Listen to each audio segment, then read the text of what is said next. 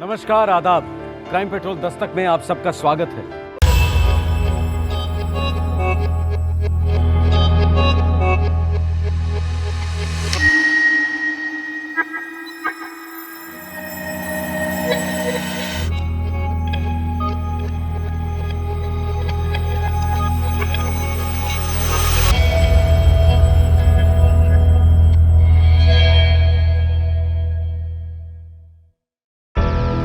बचपन और यौवन के कगार के बीच खड़ी टीनेज लड़कियों की बहुत बड़ी विडंबना होती है और वो है पुरुष की नजर और बिहेवियर को ठीक से समझना।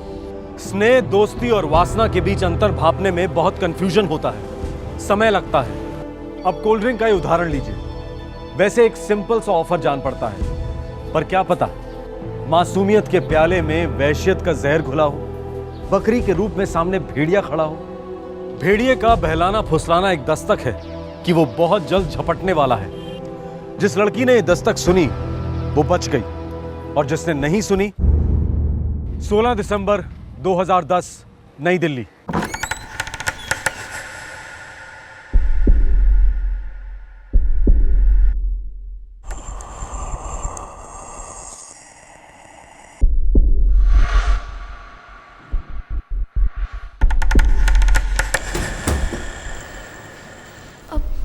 आपने तो कहा था कि अपने मम्मी पापा से मिलवाना है। कहाँ है वो? कहीं बाहर गए होंगे, आ जाएंगे।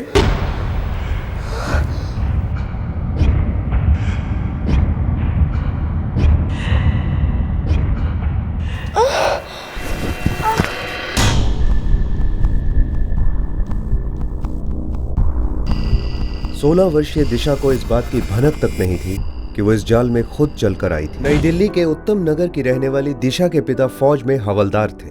दिशा 11वीं क्लास की स्टूडेंट थी। दिशा, वो मेडिकल एंट्रेंस एग्जाम की तैयारी कर रही थी जो उसने 12वीं के बाद देना था। दिशा कैसी है तुम? ठीक हूँ भैया, आप कैसे हो? अरे जैसे कल था वैसे आज हूँ। अरे इन किताबों की तलाश थी ना तुम्हें? अरे वाह, मेडिकल की books. Thank you so much भैया। ओए चुप कर, थैंक्स की बच्ची। थैंक यू सो मच भैया। तू डॉक्टर बनेगी तो सारे मोहल्ले का फायदा होगा। हाँ, मन लगाकर पढ़ियो, समझी? जरूर भैया, मैं पूरी कोशिश करूंगी। जय दिशा के परिवार से परिचित था। उसका प्रॉपर्टी का बिजनेस था और ऑफिस दिशा के घर के बगल में ही था। मम्मी, मम्मी मैं जा रही हूँ, मुझे कोचिंग क्लास के लिए बहुत लेट हो रहा है। कहीं नहीं जाओगी तुम दिशा। गरम गरम खाना तैयार है, पहले खाना खा लो। और अगर तुम्हें देरी हो रही है तो रोहित छोड़ आएगा ना तुम्हें, वो पहुंचा देगा। ओहो, मेरी डॉक्टरली बिटिया लौट आई स्कूल से। पापा, आपसे कितनी बार कहा है मुझे डॉक्टर नहीं मत बुलाया करिए, जब बन जाऊंगी तब कहिएगा। अरे पापा, हमारी छोटिया का डॉक्टर ना भी बन पाई ना, कंपाउंडर जरूर बन जाएगी। Really? हाँ। तो बेट लगाएंगे रोहित भैया? जब मैं डॉक्टर बनूंगी तब आप कंपाउंडर बनेंगे मेरे। डन कर दे? बच्चों 2:45 बज गए, बाकी बहस सफर करते करते कर लेना, ठीक है? दिशा, फौजी की बेटी हो, कहीं लेट नहीं पहुंचते। Yes papa.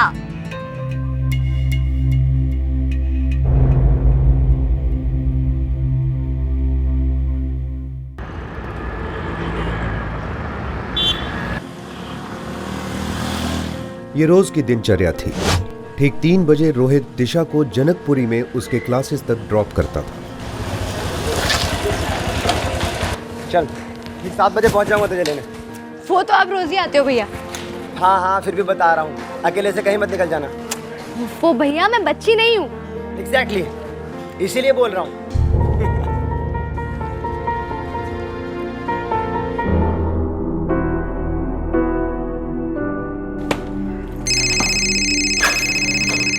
हाँ दिशा बोल। भैया, आज हमारी रुस्तम सर वाली क्लास कैंसिल हो गई है तो मैं 6 बजे तक फ्री हो जाऊंगी। अरे कोई बात नहीं, मैं 6 बजे पहुंच जाऊंगा। अरे पर आप 6 बजे तक कैसे पहुंचोगे? आपकी भी तो क्लास 6:30 बजे खत्म होती है ना? अरे बंक मार दूंगा यार, बस तो तैयार रहना, ठीक है? 6 बजे। बिल्कुल नहीं, मैं प्राची और अदिति के साथ आ जाऊंगी। लेकिन मुझे घर पहुंचती फोन जरूर करना, समझी? यस मिस्टर कंपाउंडर, जैसा आपका ऑर्डर। ठीक है भैया, बाय। आज तो वो गया यार, की मेरी बैड बनती पूरी तरह से। चलो चलो अब सब घर जाओ वरना बुलावा आ जाएगा घर से। हाँ चल। दिशा, चुपचाप सीधे घर जाना, चाट बैठ खाने रुकना मत, नहीं तो तेरे भैया हमारी क्लास लेंगे। ओए, मेरे भैया कोई हिटलर नहीं है जो क्लास ले लेंगे। अब चलो जाओ, कल मिलते हैं।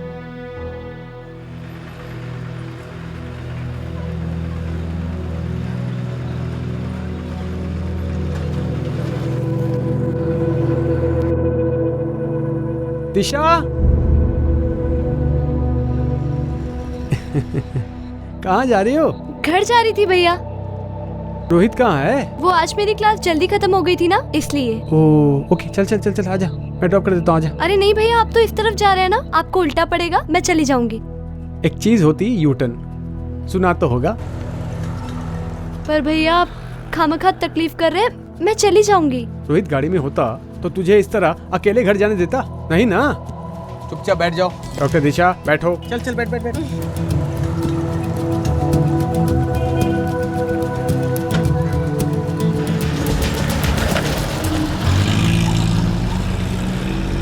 दिशा को जय की गाड़ी में बैठने में कोई एतराज नहीं था, कोई झिझक नहीं थी। जय उनका फैमिली फ्रेंड था।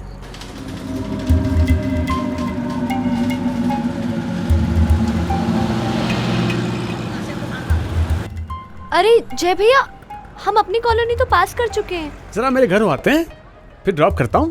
हाँ? पर क्यों भैया? अरे वो मेरे पेरेंट्स से तुम्हें मिलवाना था। क्यों जय भैया? बस हमारे एरिया के होने वाली डॉक्टर से मिलना चाहते हैं। पर वो क्या है ना, घर में मम्मी पापा रोहित भैया सब मेरा वेट कर रहे होंगे। दिशा 2 मिनट की तो बात है, मम्मी पापा से मिल लेना, फिर वहां से तुरंत यू टर्न समझती हो ना? जय से लगभग रोज मुलाकात होती थी दिशा की, सालों की पहचान थी। जय पर शक करना दिशा का जहन कबूल ही नहीं कर पा रहा था। तू यहीं बैठ दिशा, मैं पापा के दवाइयाँ ले आता हूँ, ठीक है?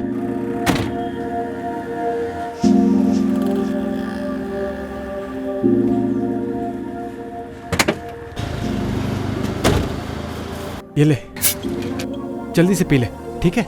फिर मम्मी पापा से मिलते हैं, फिर सीधे तेरे घर। नहीं भैया ठीक है, अब चलिए। ओहो, फॉर्मेलिटी बहुत करती है तू, पी ना।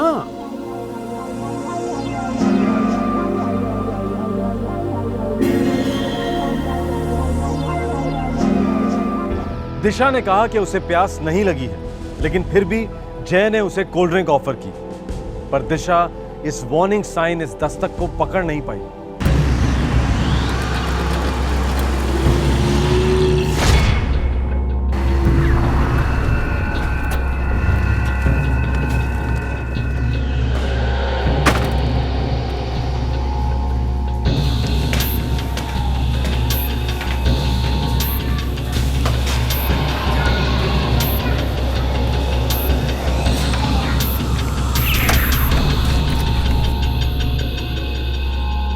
फ्लैट के दरवाजे पर ताला लगा हुआ था, लेकिन फिर भी दिशा को जय के इरादों पर शक नहीं हुआ।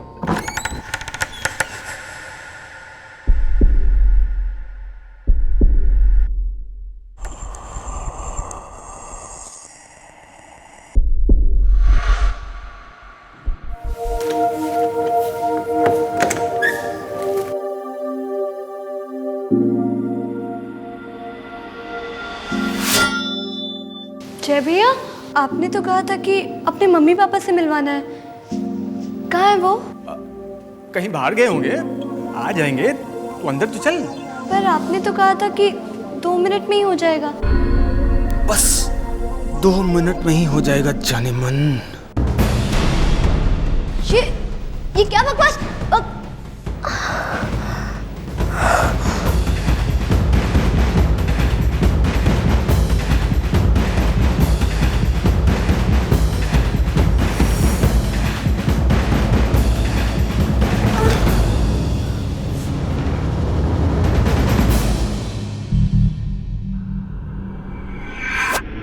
दिशा के कोल्ड ड्रिंक में जय ने नींद की गोलियां मिला दी थी। आपके द्वारा डायल किया गया नंबर फिलहाल स्विच ऑफ है। पहले मेरा फोन काटा और स्विच ऑफ कर दिया पापा। रोहित, तूने उसे अकेले आने को दिया? आई एम सॉरी पापा, मुझसे बहुत बड़ी गलती हो गई।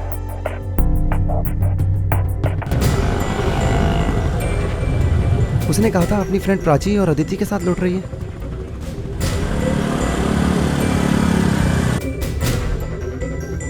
हाँ भैया, वो हमारे साथ ही लौटी थी। विकासपुरी तिराहे पर हम हमारे रास्ते गए और वो अपने। अच्छा, वो किसी से बात कर रही थी क्या, या किसी ने उसे रोका और लिफ्ट दी क्या? नहीं पता भैया, हम तो बस वहाँ से चले गए। फिर क्या हुआ मुझे कुछ नहीं पता। जनकपुरी, विकासपुरी, उत्तम नगर, इन इलाकों का चप्पा चप्पा छान मारा गया। रोहित और दिशा के पिता ने कोई कसर नहीं छोड़ी। सभी सहेलियां, जान पहचान के लोग, सभी से पूछताछ की गई। सभी का एक ही जवाब था, हमने दिशा को नहीं देखा।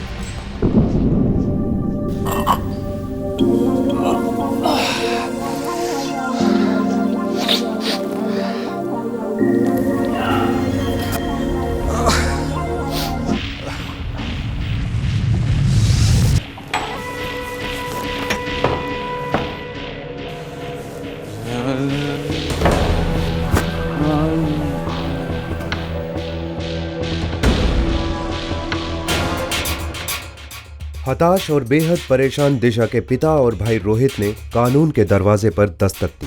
किसी लड़के का चक्कर, कोई बॉयफ्रेंड? अरे नहीं सर, बच्ची है मेरी बहन। 16 साल की है और गायब। देखिए, पढ़ाई के अलावा कुछ नहीं सोचती थी दिशा।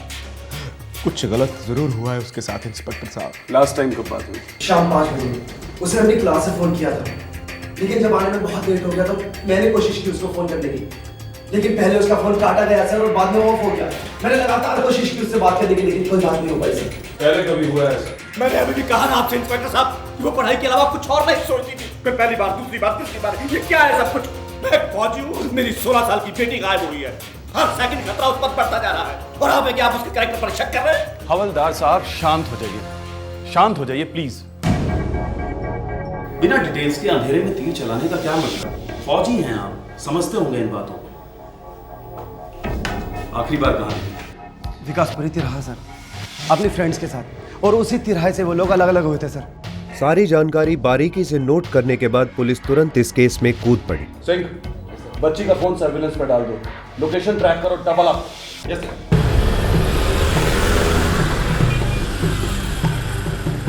पुलिस ने पहले कोचिंग इंस्टीट्यूट के मालिक से पूछताछ की। ओह नो, दिशा का कोचिंग क्लास के किसी भी लड़के के साथ कोई चक्कर हो ही नहीं सकता। It's not possible. उसे तो डॉक्टर बनने के अलावा कुछ सोचता ही नहीं था।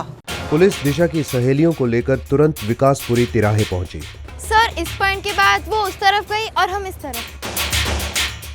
रोहित, अगर तुम कभी उसे कोचिंग इंस्टीट्यूट से पिकअप नहीं कर पाते थे तो इंस्टीट्यूट से घर कैसे वापस आती थी? डीटीसी की बस से सर। हाँ सर, इस स्कूल से भी डीटीसी की बस से ही घर आती थी।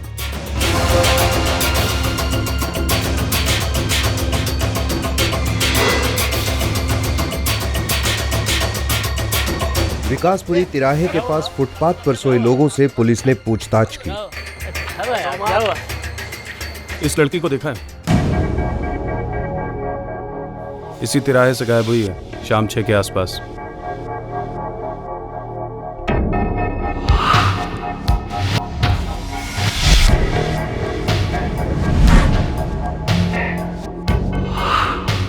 हाँ साहब, देखा है। ये एक सफेद मारुति वैन वाले से बात कर रही थी। गाड़ी का नंबर? इतना नहीं याद है साहब। आदमी की शक्ल? ठीक से याद नहीं साहब। जितना ठीक से याद है उतना बताओ, जल्दी बताओ। ऐसा जवान था, हट्टा कट्टा था। अपनी मर्जी से गई या वो जबरदस्ती लेके गया? अरे साहब, कोई जबरदस्ती लेके जाता तो क्या हम चुपचाप ऐसे बैठे रहते? देखा, खुद बात कर रही थी, अपनी मर्जी से गाड़ी में बैठी। मतलब गाड़ी किसी जानने वाली की ही है। अब बोलिए, कोई जान पहचान वाला है? सफेद मारुति वैन वाला। सर, लड़की का सेलफोन लास्ट द्वारका इलाके में एक्टिवेट था सर। उसके बाद से उसका फोन स्विच ऑफ है सर।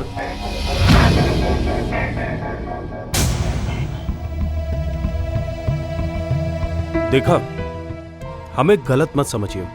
बच्चों से गलतियां हो जाती हैं। नाजुक उम्र है, डर गई होगी, सुबह तक फोन कर लेगी। चिंता मत कीजिए, आ जाएगी वापस। दिशा के घर वाले पूरी तरह बौखला गए थे। उनकी दिशा किसी के साथ रात भर बाहर, यह सोचना भी उनके लिए नामुमकिन था। आखिरकार कौन था वो शख्स जिसके साथ वो अपनी मर्जी से गई थी? रोहित और उसके पिता ने कभी सपने में भी नहीं सोचा होगा कि दिशा को गायब करने वाला शख्स उनका काफी करीबी था।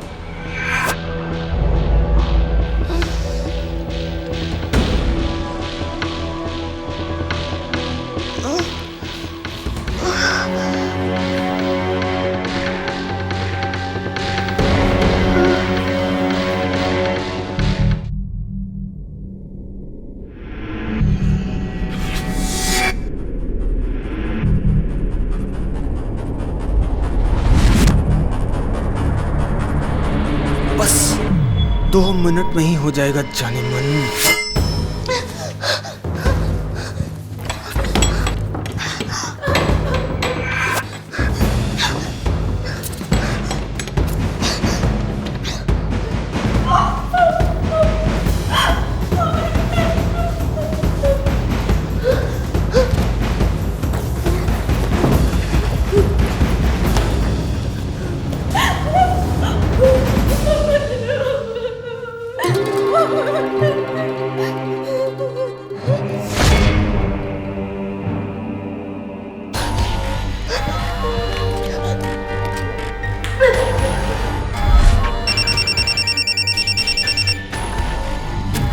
हेलो भैया भैया भैया मुझे बचा लीजिए भैया। छोटी तू कहाँ है? मुझे नहीं पता, मुझे ले जाओ भैया, मुझे ले जाओ। देख छोटी, तू घबरा मत, मैं पहुंच जाऊंगा थोड़ी देर में। भैया भैया छोटी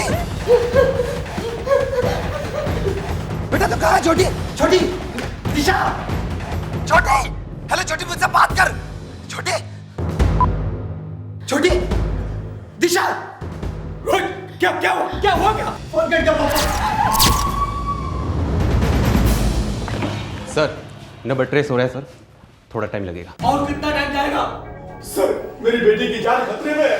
वो मदद मांग रही थी सर, वो रो रही थी, आप कुछ कीजिए ना प्लीज। एक बार लोकेशन का पता चले बस। द्वारका में उसका फोन ऑफ हुआ था। द्वारका कोई 1-2 गलियों का मामूली मोहल्ला नहीं है। मेरी बेटी भी कोई मामूली लड़की नहीं है सर, वो रो रही थी, आप समझ रहे हैं ना? सिंह पूरा द्वारका स्कैन करते हैं, full force full alert. Janakpuri थाने को इन्फॉर्म करो सर तुरंत, और सारे लोग द्वारका पहुंचे। द्वारका दिल्ली का एक बहुत बड़ा उपनगर है और पुलिस के पास कोई एडिशनल इंफॉर्मेशन भी नहीं थी। हर सेकंड मायने रखता था। पुलिस, दिशा का भाई और दिशा के पिता पागलों की तरह दरवाजे खटखटा रहे थे। वैसे दिशा आसपास ही थी, लेकिन असलियत यह थी कि वो वहां होकर भी बहुत दूर चली गई थी।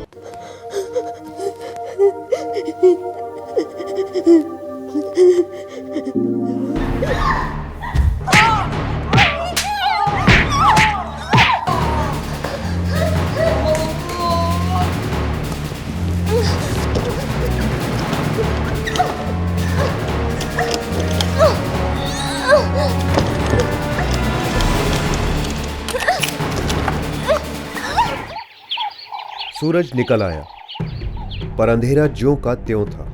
दिशा की कोई खबर नहीं थी, एक सुराग तक नहीं, कुछ नहीं।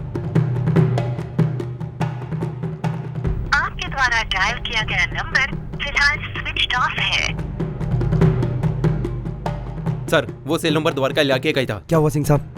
सेल नंबर द्वारका का था, सेल टावर मार्केट एरिया में है सर, लेकिन सेल फोन की एग्जैक्ट लोकेशन पता नहीं चल पा रही है सर। किसके नाम का नंबर है ये कोई जय यादव। जय यादव कौन है ये जय यादव? प्रॉपर्टी डीलर है सर, मैं उसे अच्छी तरह जानता हूँ सर। हम सब उसे अच्छी तरह से जानते हैं, लेकिन छोटी उसके साथ क्यों गई होगी और कहाँ गई होगी सर? रहता कहाँ है? सर मैं उसका घर नहीं जानता हूँ, लेकिन उसकी दुकान जरूर जानता हूँ।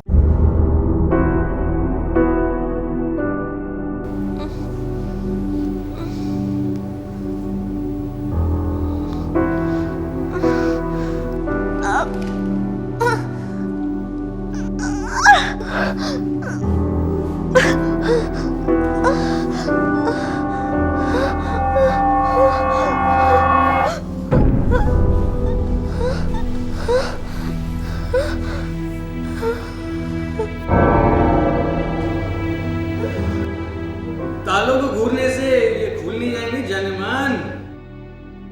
हाँ अगर प्यार से देखोगी तो शायद खुल जाए। आपको जो भी करना था आपने कर लिया, सब करता।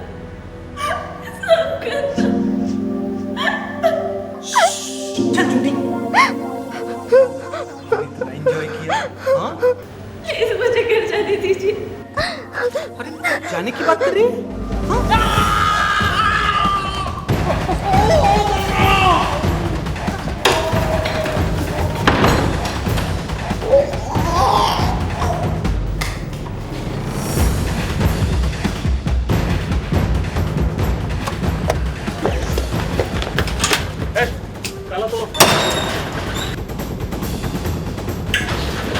हर कोने की तलाशी लो।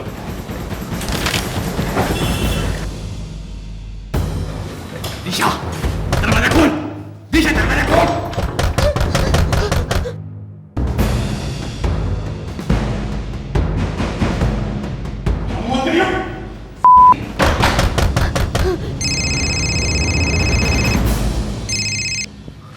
हेलो भैया भैया भैया वो जय यादव है भैया। हाँ मैं जानता हूँ छोटी, वो जय यादव भी है। तू इसी के साथ है ना? हाँ देख देख, तू मुझे सब बता, कहाँ रहता है वो, और तू इस वक्त कहाँ है? पता नहीं भैया, मुझे नहीं पता, मुझे नहीं पता भैया। इससे बात करी तू? मेरी छोटी, द्वारका में ही है ना तू? हाँ देख, याद करके बता, याद करके मुझे बता, मैं अभी पहुंचता हूँ।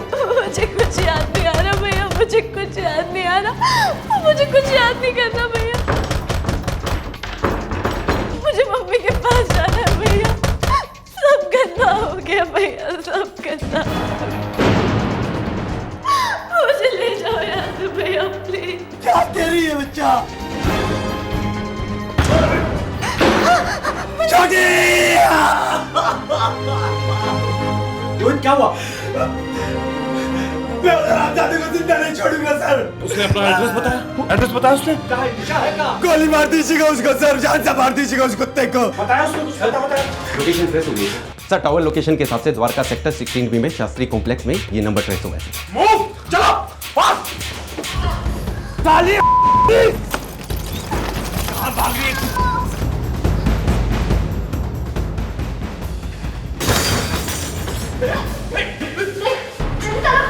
ड्रामा मत कर, नीचे रख। लास्ट टाइम बोल रही हूँ, पहले ताला खोल। देख देख, नीचे रख, तू नीचे रख। नहीं रखूंगी, पहले ताला खोल। ठीक है।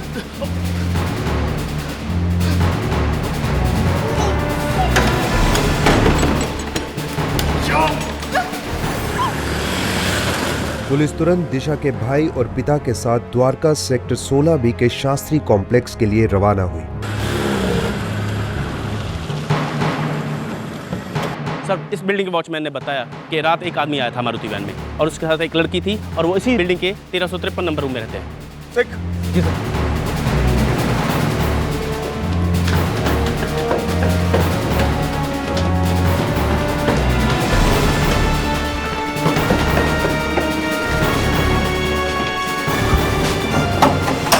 तोड़ दो ताला।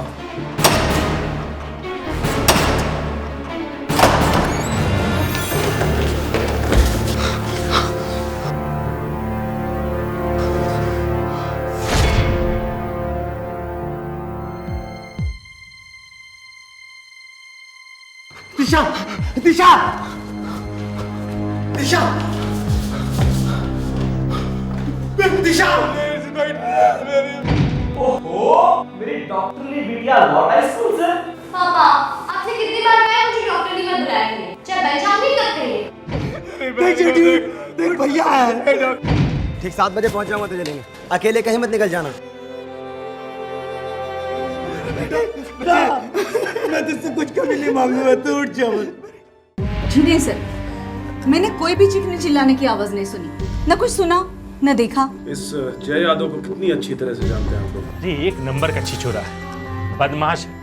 कहने को तो प्रॉपर्टी दलाल है, लेकिन हर दूसरे रोज एक नई लड़की को लाता है यहाँ। हमने सोसाइटी के सेक्रेटरी को कितनी बार बताया कि ऐसे किराएदार मत रखा करो। ओह, तो ये इसका फ्लैट नहीं है? अरे नहीं नहीं, ये तो सिर्फ अपनी अय्याशी के लिए इस्तेमाल करता है। उसका घर तो सुना है हस्तसाल में कहीं है।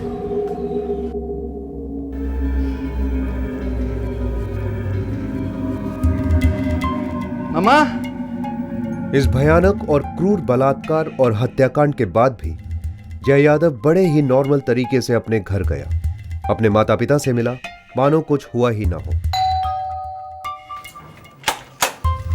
जय यादव है। क्या काम है? बताता हूँ। अरे अरे अरे अरे अरे हमारे घर में ये क्या? यहाँ छुप के बैठा है साले। मैंने क्या किया? दिल्ली पुलिस को चकमा देगा। अरे क्या कर रहे हो? क्या किया है मेरे बच्चे ने? चुप, एकदम चुप। आपके बच्चे ने बच्ची की जान ली है। मारूं नहीं तो क्या करूं? पूजा करूं? आरती उतारूं इसके? बताओ सर, हमारा अफेयर था सर, हम तो सिर्फ एंजॉय कर रहे थे। जय यादव ने पुलिस से एक भद्दा और घटिया झूठ बोलने की कोशिश की। उसका कहना था कि दिशा बेहद बदचलन थी और उसने खुद फोन करके मिलने का प्लान बनाया था। बोल सच, एक बार भी और झूठ बोला ना तो बस, फिर तो बोलेगा ही नहीं। सच सच बोल। बोल क्या किया बच्चे के साथ? मारा क्यों उसको? ड्रामा कर लेते सर। मैंने बोला था उसको मैं घर छोड़ दूंगा, लेकिन हीरोइन बन रही थी सर। मेरा मोबाइल छीन लिया, भाई को फोन कर दिया सर। खून से लथपथ चाकू, दिशा का बैग, दिशा का सेल फोन, सभी उस फ्लैट से बरामद हुए। जय के खिलाफ चार्जशीट में इन सभी चीजों की एक अहम भूमिका बनी।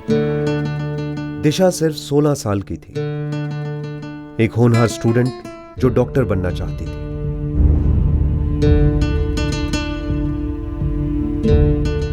आंकड़े बताते हैं कि 3/4 से ज्यादा रेप केसेस में अपराधी पहचान वाला होता है, अक्सर करीब का रिश्ता होता है।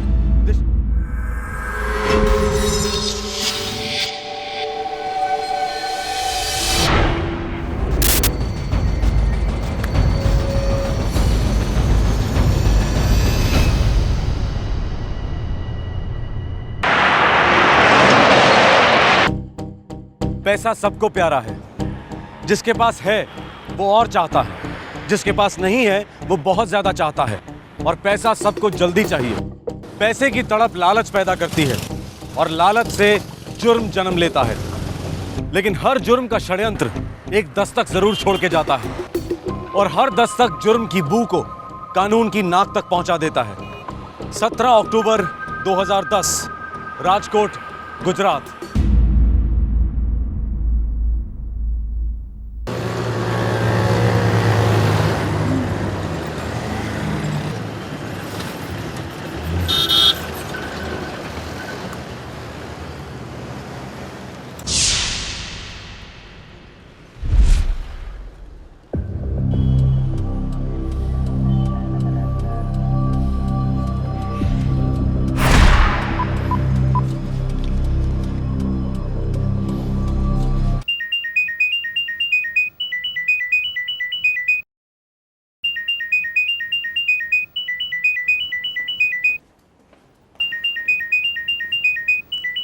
अरे संदीप नो છે।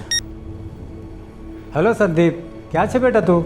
बापूजी मैं प्रभु काका के घर जा रहा हूँ। अरे अचानक से? अचानक नहीं बापूजी, थोड़ा काम है। अरे लेकिन बोल के तो जाना चाहिए था, हम अचानक निकली गयो तू। सॉरी बापूजी, थोड़ी अर्जेंट बात थी ने એટલે वो जल्दी में निकल गया तो बताना ही भूल गया। अच्छा बापूजी, गीता से कहना कि मैं कल सुबह ही वापस लौटूंगा। बेटा गाड़ी में तुम अकेले हो या तुम्हारे साथ और कोई है? हाँ, एक आदमी है मेरे साथ में, उसकी बाइक खराब हो गई है ना, इसलिए उसे पेट्रोल पंप तक लिफ्ट दे रहा हूँ बापूजी। अच्छा ठीक है ठीक है। देखो, प्रभु काका के घर पहुंचने के बाद में तुरंत फोन करना। जी बापूजी, हूँ फोन करीश। जय श्री कृष्ण। जय श्री कृष्ण।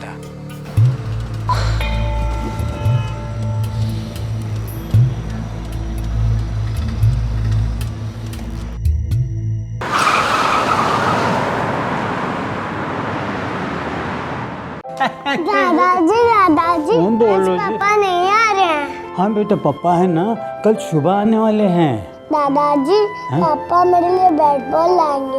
हाँ, कल सुबह वो बैट बॉल लेके आएंगे तुम्हारे लिए। पढ़ा देखो। और गीता बेटा, संदीप आज रात को नहीं आने वाला है, वो प्रभु काका के यहाँ रुकने वाला। बाबूजी, आप ज़रा उनको कुछ समझाइए ना, वो मुझे कुछ बताते ही नहीं है।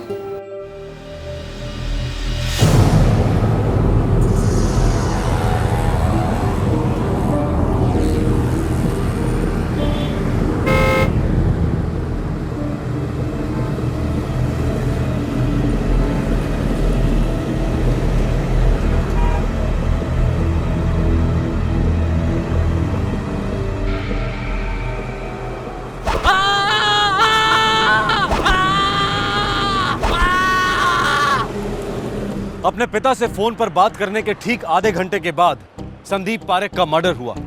Cold blooded murder. इस जुर्म को रोशनी में आते आते काफी रात हो चुकी थी। राजकोट पुलिस देर रात को अपनी रेगुलर पेट्रोलिंग कर रही थी। तभी उन्हें एक कार हाईवे के किनारे संदिग्ध हालत में दिखाई दी।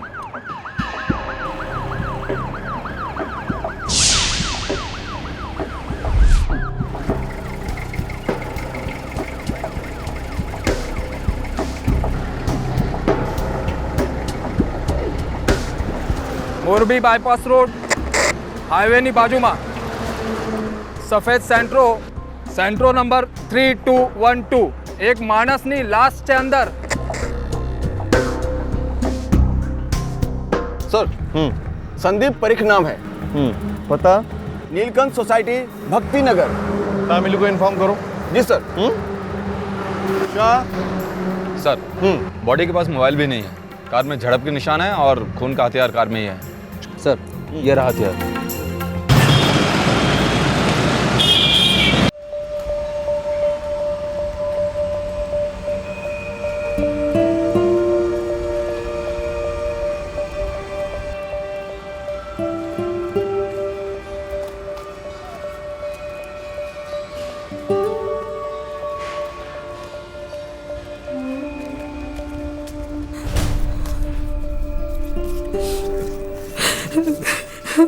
इंस्पेक्टर साहब यही मेरा हस्बैंड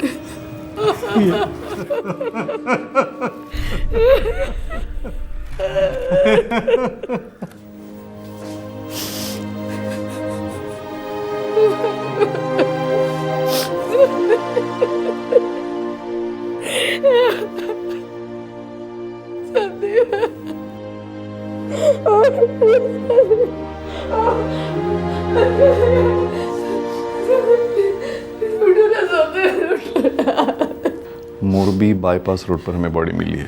वो शाहपुर वेरावल जा रहा था। शाहपुर वेरावल? हम मेरे भाई प्रभु के यहाँ पे हाईवे से उसने फ़ोन भी किया।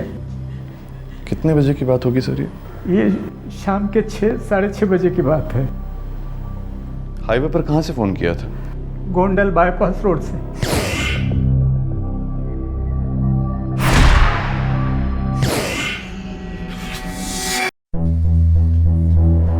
सर पोस्टमार्टम रिपोर्ट कहती है मर्डर 7:45 और 7 के बीच हुआ है। संदीप पारेख ने आखिरी फ़ोन अपने पिताजी वल्लभ पारेख को किया, उसके बाद उसका मोबाइल स्विच ऑफ दिखा रहा है और ये फ़ोन हुआ है गोंडल बाईपास रोड से। लेकिन सर बॉडी जहाँ से मिली वो गोंडल बाईपास से ज़्यादा दूर नहीं है, 10-15 मिनट की दूरी पे। टायर मार्क्स चेक किए सर, क्लीन है। रात लगाकर कोई बैठा नहीं था। तो इसका मतलब ये हुआ कि खूनी गाड़ी में ही बैठा था। Right sir. और एक बात यह है कि ये गाड़ी कई बार कई जगह से ठुकी है। और मैंने पूछा भी ये दरवाज़ा बंद करने की आवाज़ कैसी, गाड़ी में दूसरा कोई है? तो फिर क्या कहा संदीप ने? उसने कहा कि किसी की मोटरसाइकिल ख़राब हो गई है तो उस आदमी को लिफ्ट दे रहा है। कहाँ तक लिफ्ट देने वाला था वो? ये पेट्रोल पंप तक। इस गाड़ी का इससे पहले कभी एक्सीडेंट हुआ है? एक बार नहीं, 2 बार हुआ।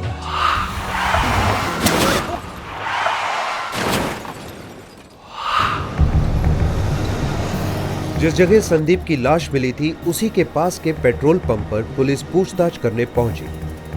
इधर कोई बाइक वाला आया था इधर? बाइक वाला तो कोई नहीं आया था सर। अच्छा, कोई डब्बे या बोतल में पेट्रोल लेकर गया हो? नहीं सर। सच कह रहा है? हाँ सर।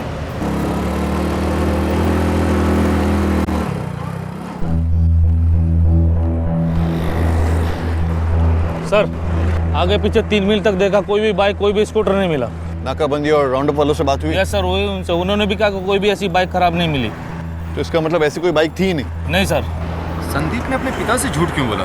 कुछ छुपा रहा होगा, और वैसे भी ये खून पैसों के लिए नहीं हुआ है। हाँ सर, वल्लभ पारेख ने भी कहा कि उस वक्त उसके पास कुछ खास पैसे नहीं थे। और खूनी गाड़ी लेकर भी नहीं भागा है। मतलब कोई पुरानी दुश्मनी होगी। शायद काम करो, संदीप और उसकी फैमिली का पूरा बैकग्राउंड चेक करो। Yes sir. चिट्ठा खोल डालो।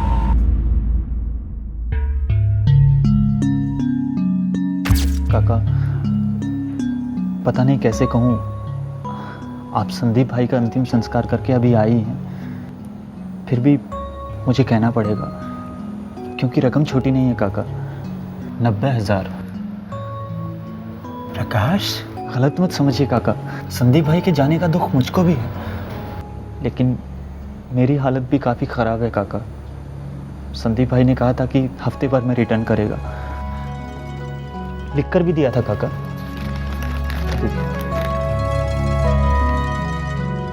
बेटा प्रकाश। जी काका। संदीप आज होता तो तुम्हारे पैसे लौटा देता था ना वो? बिल्कुल लौटा था काका। बस तो अपने दोस्त के ज़बान पे भरोसा रखो। 4 साल तुमने उसके साथ में काम किया है, मिल जाएंगे तुम्हारे पैसे, मिल जाएंगे। 2-4 दिन आगे पीछे हो सकते हैं। परसों तक हो जाए तो अच्छा है। ठीक है।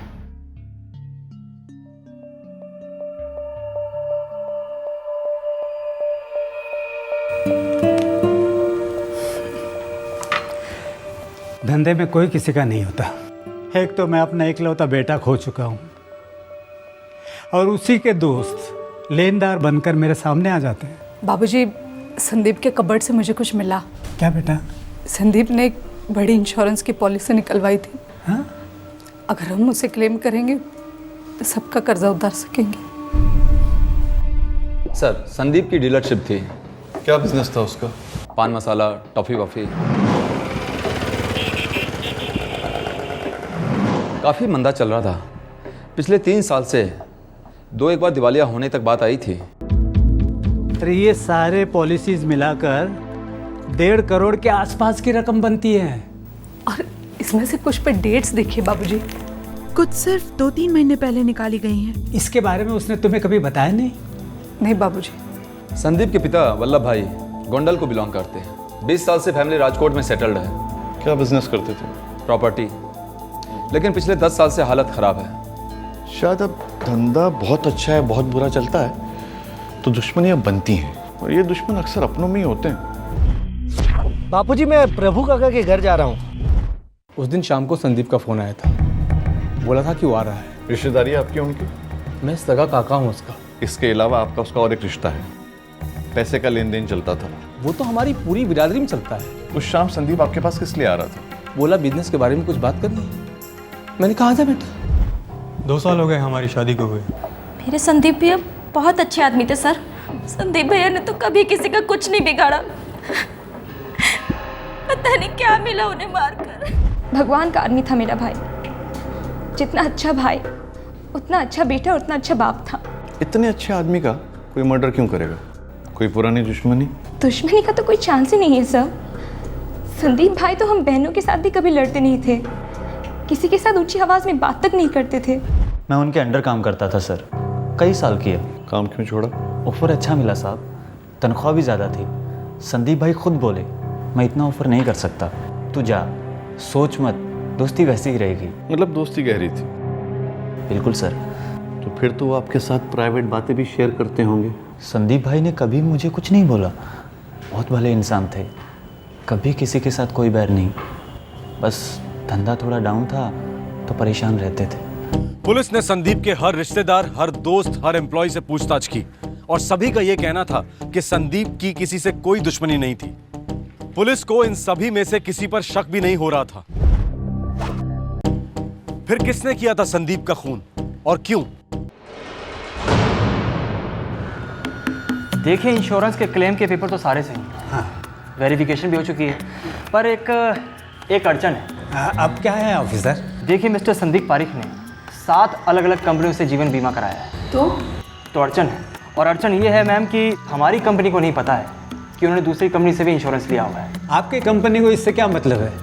आपका प्रीमियम तो बराबर भरता था वो, और दूसरे कंपनी से लेता भी है तो इसमें कोई गुनाह नहीं है। ऐसा कहीं लिखा है क्या? दरअसल ऐसा लिखा है सर। देखिए सर, हमारी कंपनी कुछ रूल्स हैं, कुछ क्लॉजेस हैं। आपको दूसरी कंपनी की जो पॉलिसीज होती हैं वो डिक्लेयर करनी पड़ती हैं, और अगर ऐसा नहीं होता है तो वायोलेशन है। मिस्टर ठक्कर, मेरे पति की बेवक्त मौत हुई है। हमारी सालों की मेहनत की कमाई मेरे पति ने आपकी कंपनी को प्रीमियम के तौर पे दी है। वो पैसे हमें क्यों नहीं मिल सकते? वो हमारे बनते हैं, हमारे हैं, हमारा हक है वो। देखिए, मैं हकों की नहीं, कानून की बात कर रहा हूँ मिसेस पारिक, और आपके पति ने जो किया है उसे फ्रॉड भी कहा जा सकता है। ए चुप सर, लेकिन एक शब्द भी बोलो मत। मैं अब तुम्हें और तुम्हारी कंपनी को कोर्ट ले जाऊंगा। देखिए वल्लभ भाई, जब भी कोई जीवन बीमा पॉलिसी निकालते हैं ना, तो वो कंपनी दूसरी कंपनीज की पॉलिसीज के बारे में मालूमात चाहती हैं। अरे तो होते नहीं क्या किसी के पास 2-4 कंपनी की पॉलिसियाँ? होती क्यों नहीं है, मेरी खुद की 3 है। फिर देखिए, मैंने हर कंपनी को डिक्लेयर किया है क्योंकि ये रूल है, और संदीप ने डिक्लेयर नहीं किया था। अरे तो डिक्लेयर नहीं करने से क्या होता है? साथ की साथ कंपनियां कोर्ट में उतरेंगी, बोलेगी कि देखिए जी रूल्स को तोड़ा गया है, हम पैसा नहीं देंगे। और सच कहूँ तो ये उनका हक बनता है। और हमारा कोई हक नहीं बनता। 1.5 करोड़ का सवाल है, हम कोर्ट में लड़ेंगे। 1.5 करोड़ की जीवन बीमा पॉलिसीज 7 अलग अलग कंपनी से खरीदी गई। उनमें से कुछ मौत के 2 महीने पहले खरीदी गई, और अब ये 1.5 करोड़ रुपए संदीप की पत्नी और पिता को नहीं मिलने वाले थे। संदीप की सिर्फ एक गलती के कारण। उसने सारी पॉलिसीज डिक्लेयर नहीं की थी, पर फिर भी उसका मर्डर क्यों हुआ? क्या उन पॉलिसीज का उसकी हत्या से कोई संबंध था? संदीप परीक मर्डर केस की इन्वेस्टिगेशन को 3 महीने हो चुके थे, पर अब तक पुलिस को कोई सुराग नहीं मिला था। आखिरकार इस केस को अनडिटेक्टेड करार दिया गया और केस की फाइल क्राइम ब्रांच के टेबल पर आ पहुंची। खून अक्टूबर 2010 में हुआ था, और अब जनवरी 2011 में यह केस क्राइम ब्रांच के पास आया। किसी भी केस का क्राइम ब्रांच के पास आना मतलब उस केस के हल होने के चांसेस बढ़ जाते हैं, उम्मीद जग जाती है। दूसरी तरफ संदीप के पिता वल्लभ भाई उम्मीद ना हारने की पूरी कोशिश में थे। इंश्योरेंस कंपनीज के साथ अदालत में घमासान युद्ध शुरू हो चुका था।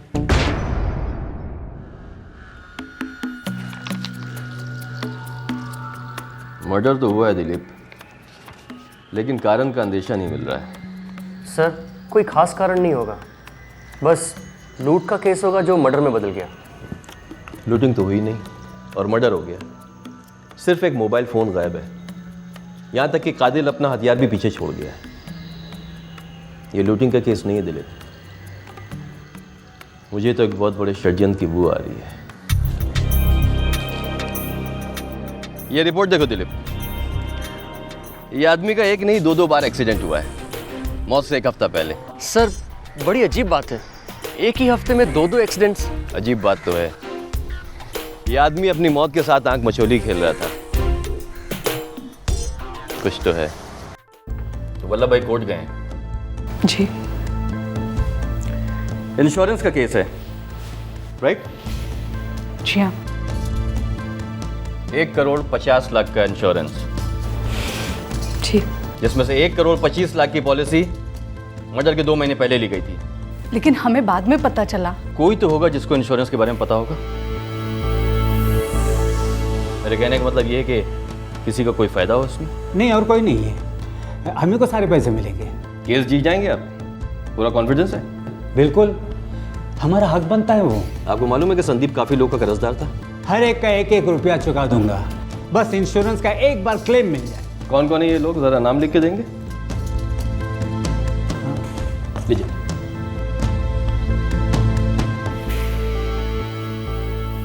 संदीप के मर्डर के पीछे एक सोची समझी साजिश की बू नजर आ रही थी। संदीप के सभी कर्जदारों से पूछताछ चल रही थी, सभी कोऑपरेट कर रहे थे, सिवाय एक के जो क्राइम ब्रांच से नजरें चुरा रहा था। सर, मैंने उस बंदे प्रकाश गाला को 2 बार फ़ोन किया, आदमी भी भेजा उसके यहाँ, पर उसने ना तो कोई रिप्लाई दिया और ना ही थाने पर आया। सर, संदीप ने प्रकाश गाला को यह खुद लिखित में दिया था। आज 9 अक्टूबर 2010 को मैंने प्रकाश गाला से 90,000 रुपये कैश उधार लिए हैं। 1 हफ्ते में यानी कि 16 अक्टूबर तक मैं ये पैसे प्रकाश गाला को लौटा दूंगा, तो प्रकाश गाला ये रकम मेरे पिता वल्लभ पारिक से बरामद कर सकते हैं। अगर इस दौरान मुझे कुछ होता है। संदीप ने ऐसा क्यों लिखा? सर, मुझे तो ये कोई जाल लगता है। जाल है और ये चिट्ठी भी जाली है।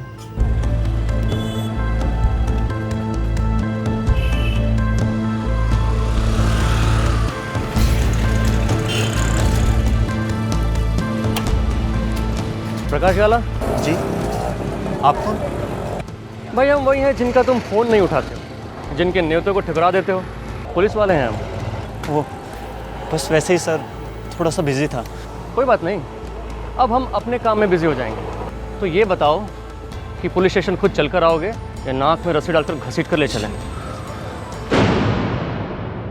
ये प्रॉमिसरी नोट यानी कि ये चिट्ठी संदीप ने आपको दी थी मिस्टर प्रकाश गाला? जी सर, साइन भी किया उसने सर। हाँ, साइन भी किया है उसने, और उसमें इसने अपनी डेथ सर्टिफिकेट पे भी साइन कर दिया है। ये चिट्ठी साफ अंदेशा देती है कि संदीप को अच्छी तरह से मालूम था कि उसकी मौत होने वाली है, और वो ये भी जानता था कि उसके पिताजी के पास पैसा नहीं है। फिर उसने किस कॉन्फिडेंस के साथ इसमें यह लिख दिया कि आपके 90,000 रुपये उसके पिताजी चुकाएंगे, वो भी 1 हफ्ते में। क्योंकि उसने अपनी मौत के कुछ दिन पहले 1,25,00,000 की पॉलिसी निकाली थी, और वो ये जानता था कि उसकी मौत के बाद सारा पैसा उसके पिताजी को मिलेगा। अब मैं ये सभी से जानना चाहता हूं कि किसकी ये मिलीभगत है, किस किस को इस इंश्योरेंस के बारे में मालूम था, किसने मर्डर किया है संदीप का। ये तो अच्छा होगा कि अगर आप सच सच हमें जल्द से जल्द बता दें, वरना अगर मैं अपने हिसाब से सच उगलवाऊंगा तो किसी को भी अच्छा नहीं लगेगा। संदीप मेरा इकलौता बेटा था और आप मुझे पे शक कर रहे हैं। वल्लभ भाई, पैसा एक ऐसी चीज है जो बड़े बड़े रिश्तों को इस तरह निकल जाता है, इस तरह। शक तो मुझे सब पर है। दिलीप, इन दोनों के फोन रिकॉर्ड चेक करो। इन दोनों ने आपस में कब कब कहां और कितनी बार बातें की। Yes sir. फिलहाल तुम मिस्टर प्रकाश गाला को कस्टडी में ले लो।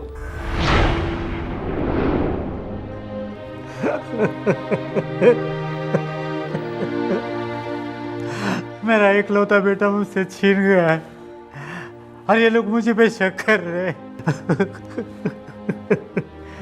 अरे मुझे कैसे पता होता उसके इंश्योरेंस के पॉलिसी के बारे में।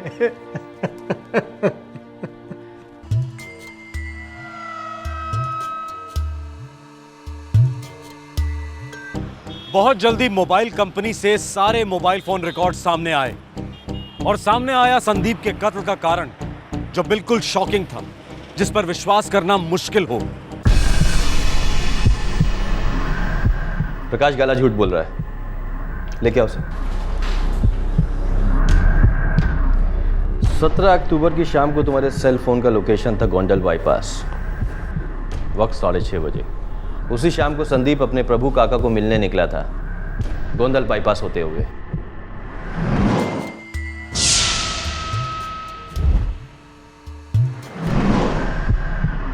तुम्हारे सेल फोन का अगला लोकेशन था मोरबी बाईपास। ठीक 15 मिनट के बाद कोई बच्चा भी बोलेगा, जिस वक्त संदीप का कत्ल हुआ तुम उसके साथ थे, उसके पास थे। अच्छा बापूजी, गीता से कहना कि मैं कल सुबह ही वापस लौटूंगा। संदीप ने अपने पिता से झूठ बोला मोटरसाइकिल वाले के बारे में। दरअसल गाड़ी में और कोई नहीं, तुम थे, है ना? है ना? जी सर, संदीप भाई के साथ मैं ही था। संदीप ने अपने पिता से झूठ क्यों बोला? तुमने संदीप का कत्ल क्यों किया? वो मेरा दोस्त था सर, मैं उसे मारना नहीं चाहता था। फिर भी तूने उसे मार डाला। तेरे साथ और कोई शामिल था? फिर? संदीप भाई खुद शामिल थे सर।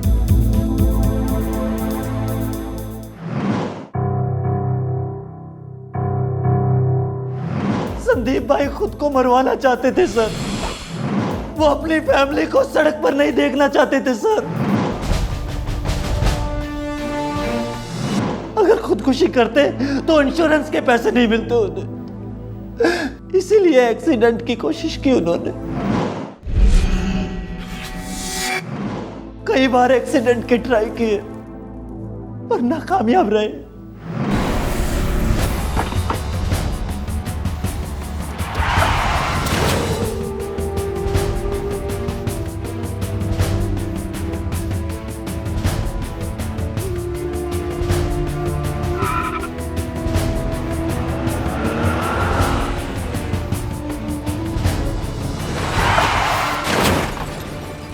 पूरे हफ्ते संदीप भाई ने हाईवे पर एक्सीडेंट करके खुद को मारने की कोशिश की, पर कुछ हुआ नहीं सर। सब कुछ खत्म हो गया यार। इतना कर्जा चढ़ा है कि उतारना नामुमकिन है। ऐसे में धंधा क्या करूंगा यार।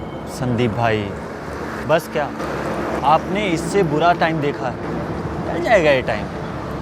बस आप दिल लगाकर धंधा कीजिए, आप में है वो ताकत संदीप भाई।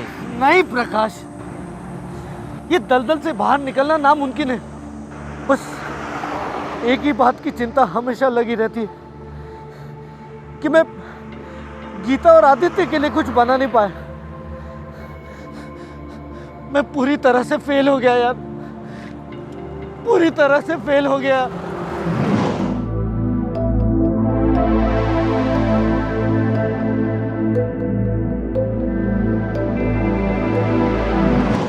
मैंने 1.25 करोड़ की नई इंश्योरेंस पॉलिसीज निकाली है, कुल मिलाकर कुछ 1.5 करोड़ मिलेगा।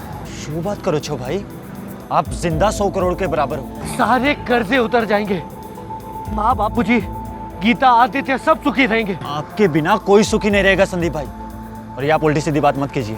प्रकाश, तू मेरा दोस्त है ना? ये पूछने की बात है क्या भाई? तो बस पूछूंगा नहीं, मैं तुमसे बोलूंगा और तुम वो करोगे। क्या भाई? तुम मेरे परिवार को बचाओगे। अरे भाई, भाभी, आदित्य, बाबूजी, बा के लिए मैं कुछ भी करूंगा भाई। देख, मेरी मौत ही उनकी जिंदगी है। प्लीज मेरे दोस्त, मुझे मेरी मौत तक ले जा। बचा ले मेरे परिवार को प्रकाश, बचा ले मेरे परिवार को प्रकाश, बचा ले मेरे परिवार को यार, मेरे परिवार को बचा ले यार, मेरे परिवार को बचा ले। मैं जो भी हूँ सिर्फ उनके कारण हूँ। बहुत मदद की मेरी, जिंदगी बनाई थी उन्होंने मेरी, और वो मेरे सामने रो रो कर मदद मांग रहे थे सर। एक रस्सी, एक बैग, मुंह में ठूसने का कपड़ा और एक चाकू। संदीप भाई ने अपनी मौत की एकदम डिटेल में प्लानिंग की थी सर। 14 अक्टूबर का डेट तय हुआ था। फिर 17 अक्टूबर क्यों शिफ्ट हुआ? 14 अक्टूबर को उनके मासा का एक्सीडेंट हो गया और वो उनकी मदद करने के लिए गए थे सर। और फिर 17 अक्टूबर को तुमने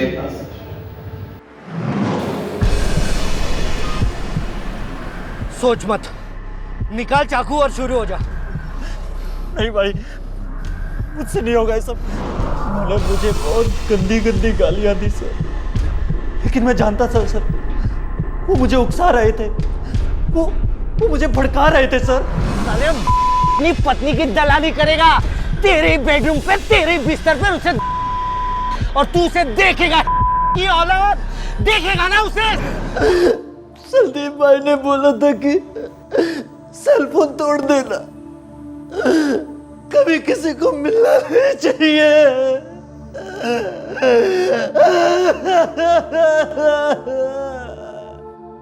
प्रकाश गाला से बरामद हुई दोनों चिट्ठियों को हैंडराइटिंग टेस्टिंग के लिए भेजा गया है।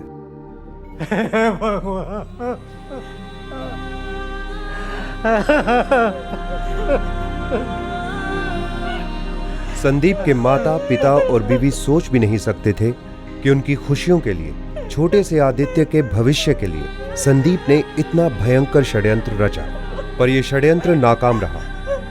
अदालत ने इंश्योरेंस कंपनियों के पक्ष में फैसला सुनाया। संदीप परीख के परिवार को इंश्योरेंस का एक पैसा तक नहीं मिला। संदीप पर षड्यंत्र का प्रति आरोप लगाया गया।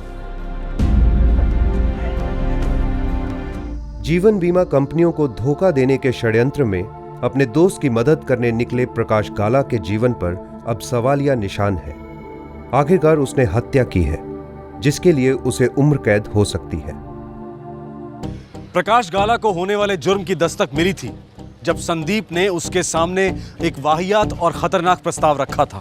अगर वो उसी वक्त इस दस्तक को सीरियसली लेता और वल्लभ भाई या पुलिस को बताता तो ये जुर्म होता ही नहीं। पर दस्तक सुनने की बजाय प्रकाश गाला खुद मुजरिम बन गया, और वो भी हत्या जैसे संगीन जुर्म का। फिर मिलेंगे। जय हिंद। क्राइम पेट्रोल्स के और भी दिलचस्प कहानी देखने के लिए हमारे चैनल को सब्सक्राइब करें और बेल आइकॉन दबाना न भूलें।